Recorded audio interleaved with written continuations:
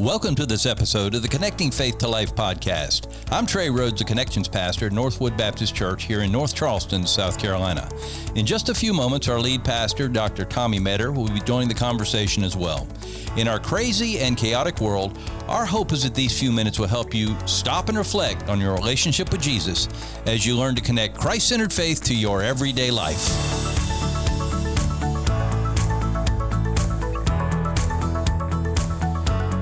Pastor, we're on episode 112, and we're talking about all the people that are listening, and we do appreciate it, really. We have a couple of hundred listening on a weekly basis. At least. So we're real excited about that. Like your wife listening 75 times. She only listens once. Only listens once. But I do listen too, so I like to critique myself. To critique yourself. Yeah, I do. But anyway, this is 112, so we've been doing it a while now. It's exciting. So as you listen, as we always say, make sure somebody else knows about the podcast, whether you contact them through any of your social media platforms or text them or whatever, even give them a phone call.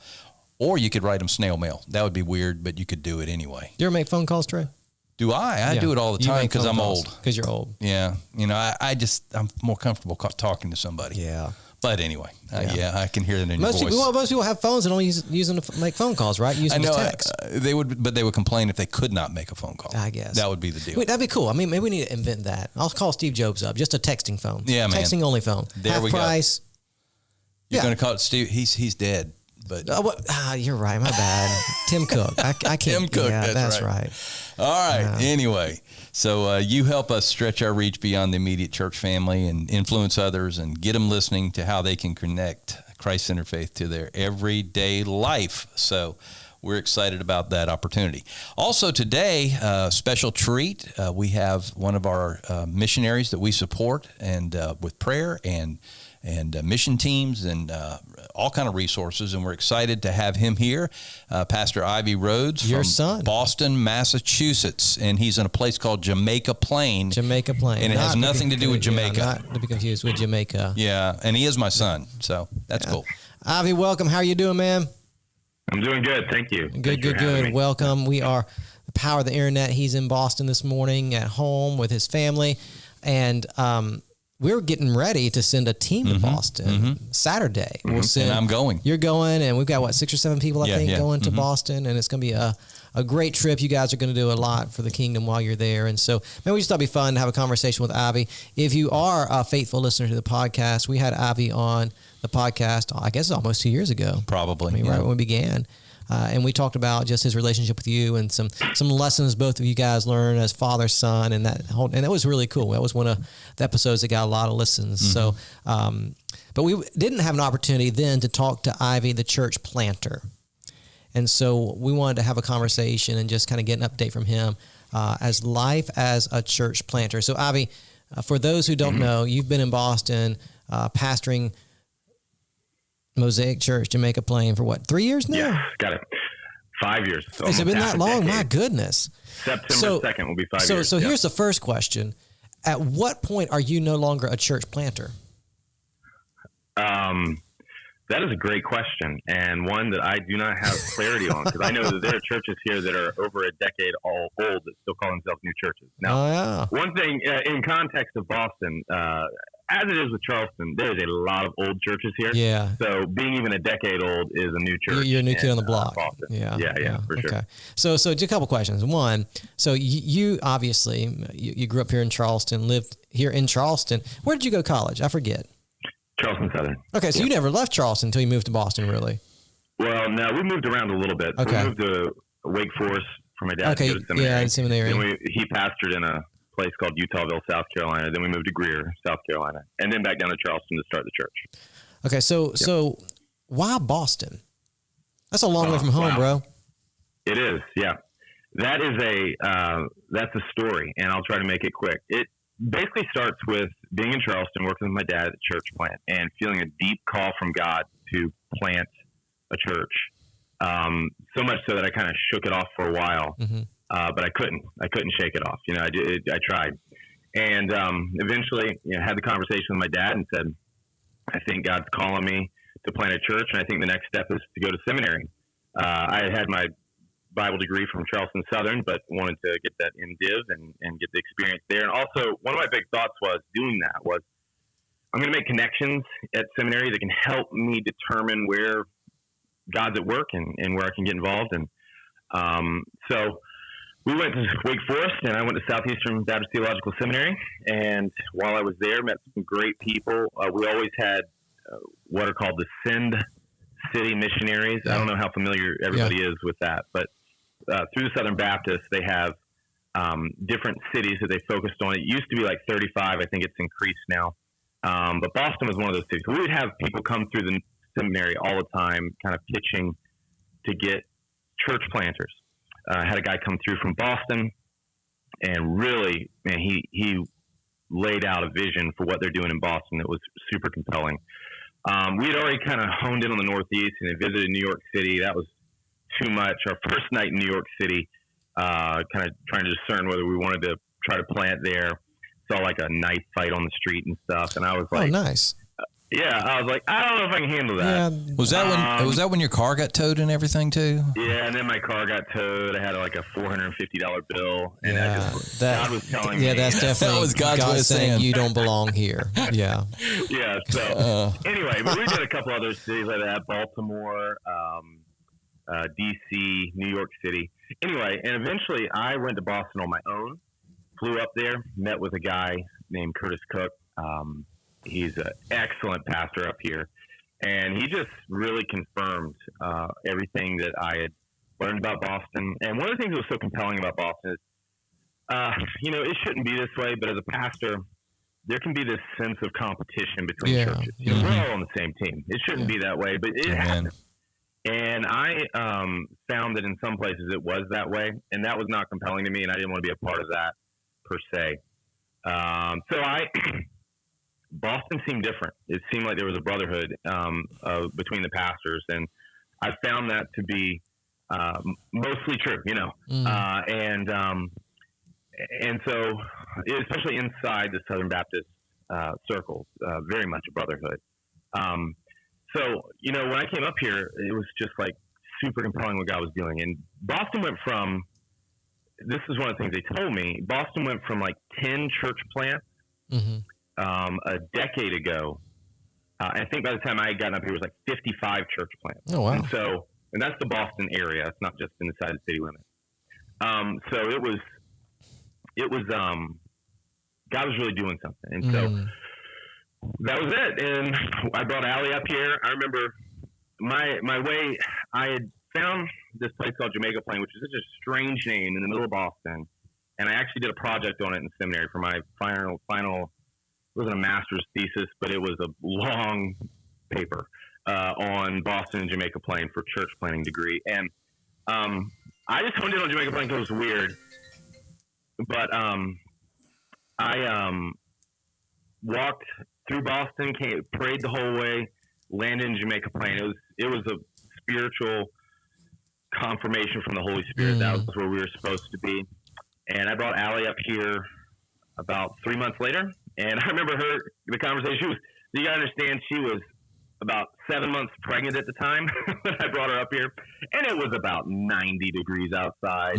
And we're walking through Jamaica Plain. And she goes, "This is it?" I was like, "Yeah, yep, this is great." It's so awesome. And then she's like, "It looks like a little town, and you have to understand that about Boston is you have the big city downtown, but outside you have all these neighborhoods that are pretty dense. There's no doubt they're pretty dense, but they have like a town feel. They have a main street and all this stuff, which is really cool. But you don't feel so like when I had this sense of going to the city, I'm thinking high rises and all this stuff. But it turned out we started to live and work in a real neighborhood. Yeah. In Jamaica Plain. So nice. Yeah, nice. I guess that's kind of the story there. Yeah. So you were with your dad, who was a church planter at that time in Mount Pleasant. Trey, when when your son started talking to you about church planting, did you say, Look at what I do. You don't want to do this. There was a little of that. I basically said, when you get into church planting, it better be the real deal. It's not easy. It's not simple. You have all these dreams of how it's going to work. It never does. You got to move forward. Two things that Ivy and I talked about in particular, that you got to have a building, you got to have money. Yeah. You don't have those two resources. And we understand the Holy Spirit, and that is assuming that the Holy Spirit is working, that he's working through what you're doing. You're leading people to Christ. Just still, we felt like you had to do that. Well, God is working in Jamaica Plain to do these things, which is so exciting to see. Yeah. So in the midst of the pandemic, right, you guys got a building, right, Ivy? We did, yeah. We were meeting in a school for 3 years, I guess, 2.5 years. Yeah. So, anyway, we got a building because, it's sad to hear, but there was a church that was just kind of going downhill for a long time. And they were a good church preaching the gospel, which is kind of rare in Boston, but they just didn't have it anymore. The pastor was getting older. It was another denomination as well. And that's what's cool, because they've been able to, the denominations even work together, which is really cool. CMA, so Christian Missionary Alliance. Yeah, and, so a lot of doctrinal convictions that are similar. Yeah. Mm-hmm. Yeah, a little bit different, but anyway, and so they offered it to us, and they liked that we're paying them rent. So, but so it's been awesome, really awesome. So both churches, your church and the other church, are both sharing that space then for now. Well, the other church has disbanded. Okay, and we were sharing it with a Spanish congregation. Oh, nice! Great. Yep. Nice. So growing up, pastor's home, church planter, you move from Charleston to Boston to plant Mosaic Plain. You've got all this background of serving with your dad. You did ministry with him. You have Charleston, a very historic city, much like Boston. You have that as your background. For you, moving to Boston, what was the biggest culture shock for you coming from the South, moving up north to plant a church in this place that is, obviously in some ways similar to Charleston, but in a lot of ways not similar at all? What were the biggest challenges? What were the biggest culture shocks you experienced? Going from the Bible Belt to the not so much the Bible Belt. Yeah, not the Bible Belt at all. There is no underlying sense of Christianity in the cultural air. And politically, even Raleigh, which is a bit more, because I lived near Raleigh and Wake Forest, a bit more liberal politically than someplace like Charleston or South Carolina as a whole, just a little bit. It was still very conservative. And then coming to Boston politically, Jamaica Plain is the central hub of liberal political people. Yeah. Like it is like if you were to do a hot spot, literally I've seen the map, hot spot of where the most people vote blue, or however you want to say it. That's it. That was a shock to me. Because I just had to get used to that, because it just wasn't what I grew up in. And so they, on almost every level, are coming from a different worldview. That is to say, and of course, let me say this, biblically, theologically, extremely liberal. Like off the reservation liberal. Yeah. Universalist Unitarian Church, the first Universalist Unitarian Church in America, is in Jamaica Plain. And there's two other churches besides us that preach the gospel in Jamaica Plain. So there's lots of different church buildings, lots of different people. They're in churches, they just don't preach the gospel.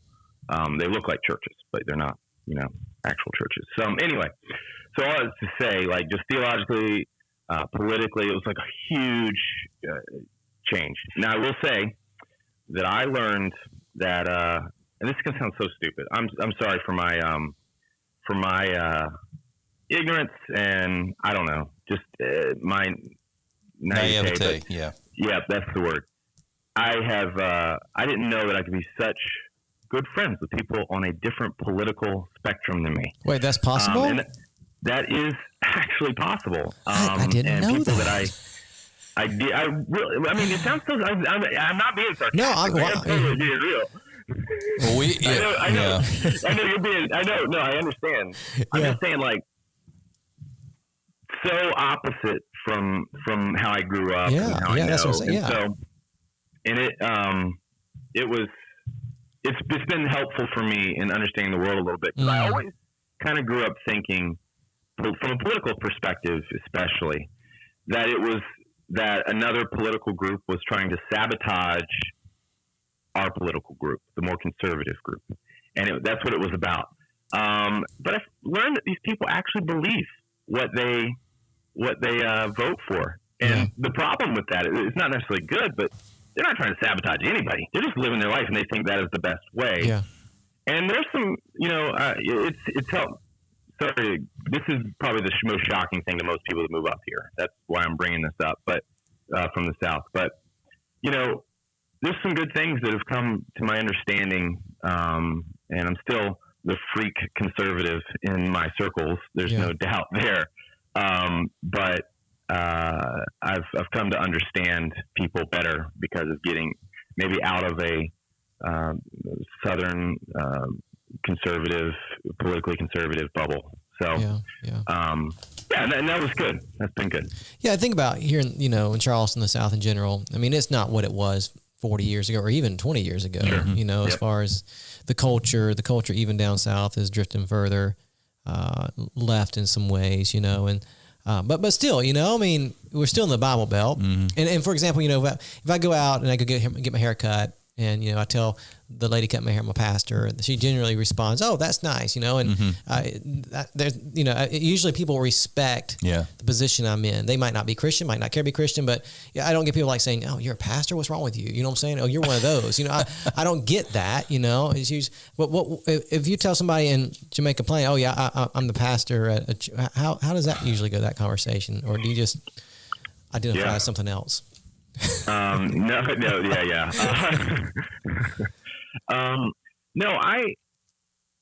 it depends. Most people have respect. I have ran into people that, I mean, literally, I'm not making this up. Excuse me. I have gotten death threats, for being a pastor. But that's not usual. That's happened like twice over email, and people are crazy. So, the usual is most people are respectful. They may disagree. For instance, getting my haircut, though, I've started a really great friendship with my barber, and she grew up Catholic. But we talk about faith all the time. She knows the pastor's coming in. She doesn't really attend mass or anything anymore. But anyway, so people are usually respectful, and you can run into some people that aren't, but they just disagree. And, you'll find sometimes you find certain subjects are not the subjects you start with. Right. You want to build that relationship before you get into other issues. So this is kind of an odd question. So you think about your time in Boston now. Has it been what you thought it would be? I mean, what have been the surprises along the way? What you know what I'm saying? I mean, the vision that you had for what Boston would be and what ministry would be like there. How is the reality different than the vision you've had? Or is it? It is. I will say I had a really good first year here where I was trained in a residency at a church here in Boston that woke me up to reality. Now, I will say that church is very successful. It's the other Mosaic church in a different neighborhood a few miles away. But it's been slow, but I was in the church plant with my dad, and I knew the struggles of church planting, and it is a hard thing to do. I think, and it's a hard church planting. Yeah, I was going to say it's a hard thing to do when you're in a good situation where people do believe the Bible and other things. It's still hard. Yeah. So then to compare that to where he is, where nobody completely post-Christian culture. Yeah, post-Christian completely. So anyway, just throwing that in there. Yeah, and so I guess I just say that to say that I knew the struggles, and I knew it was going to be difficult. The thing. This is it. I know what it is. The turnover of people, the transiency. We've grown this church to 300 people. In fact, I was looking at our attendance, and not you always have people go out the back door if they move, even for good reasons, out the back door. But about 15 to 25% of our congregation leaves every year. Yeah. And not for bad reasons, just because they graduated or they are getting a different job or whatever. Yeah. A host of different reasons. And cities typically kind of the northeastern cities where you have these schools and institutions like that are more transient. In Boston, that blew me away. So you have to not just grow a church of 15. I think the typical, to get into the weeds a little bit here, the typical growth rate to continue growing is about 15%, and on average. We figure we have to grow about 25% a year just to stay even. Yeah, just to stay at your current attendance level. Yeah, you have to reach that many more people. So, right, and so in order to grow any, we got to do about 30% a year. So, that was much harder than even when we were down in Mount Pleasant, where you have some people, some transiency, but not compared to what it is up here. Does the transiency translate over to consistency with leadership and those kind of things as well, or is that a whole different structure or situation? So what we found is we have a few people that we know are here for the long haul, meaning that they have good jobs that they don't plan on leaving. Now they may leave, but as far as we can tell and they can tell, there's no plans to. Right.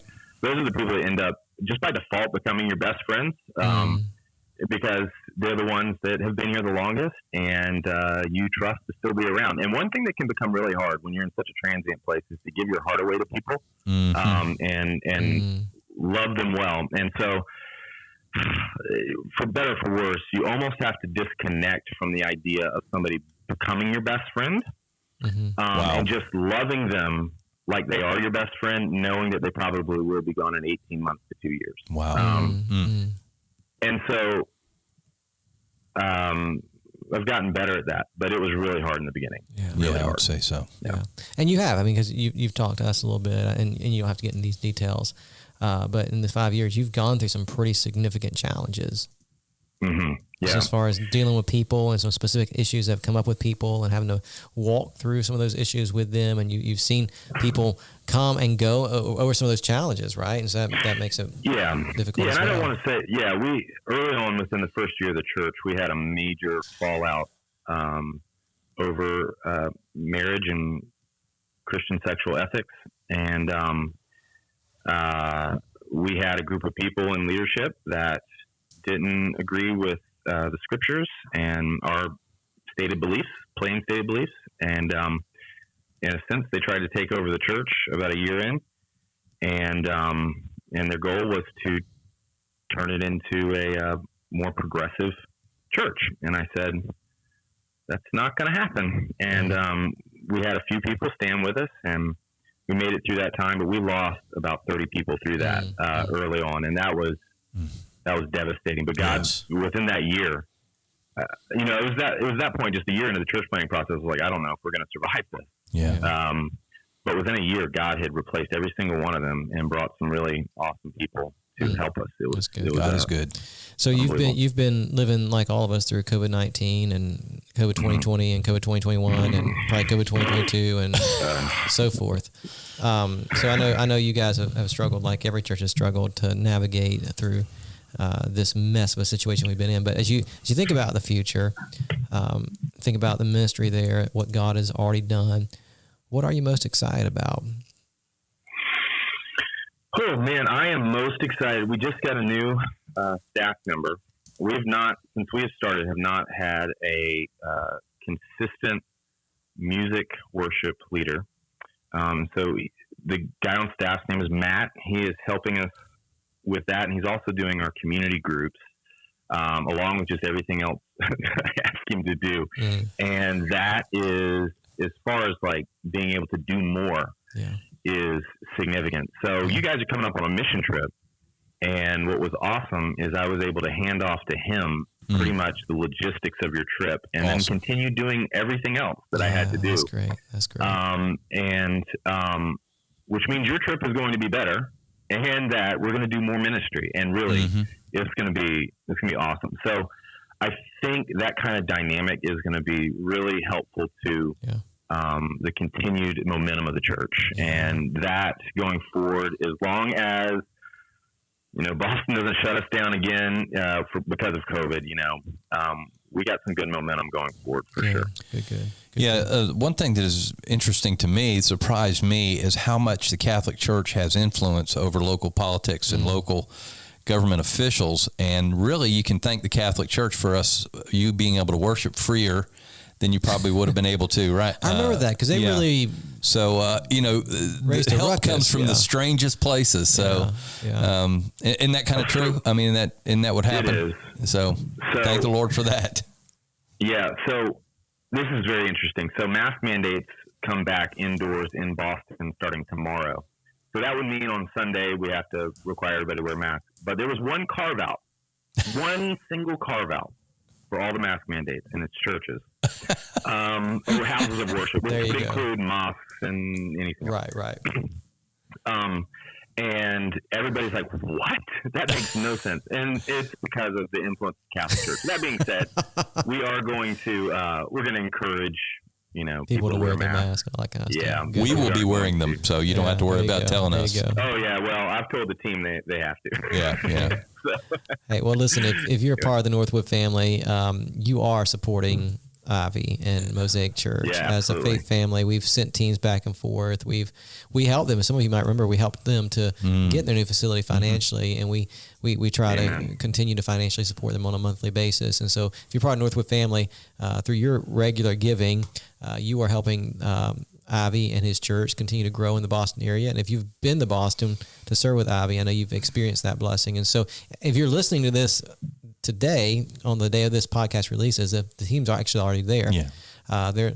They left on Saturday. So Trey, this is kind of weird. Oh, wow. We're kind of in the past and the future at the same time, and also in the present. So anyway, it's mind-boggling. But do be praying this week for the team that is in Boston, and we'll be updating you as we get word from them how God's using them. But Ivey, we appreciate you and we thank you for what you're doing, and I'm very thankful we get to partner with you and just to hear the perspective of what's going on in Boston. I think it's helpful for us here to know.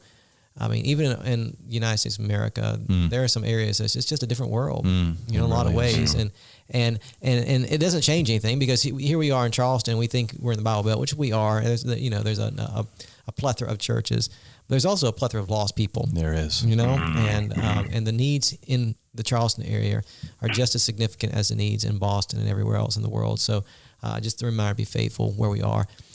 It's good.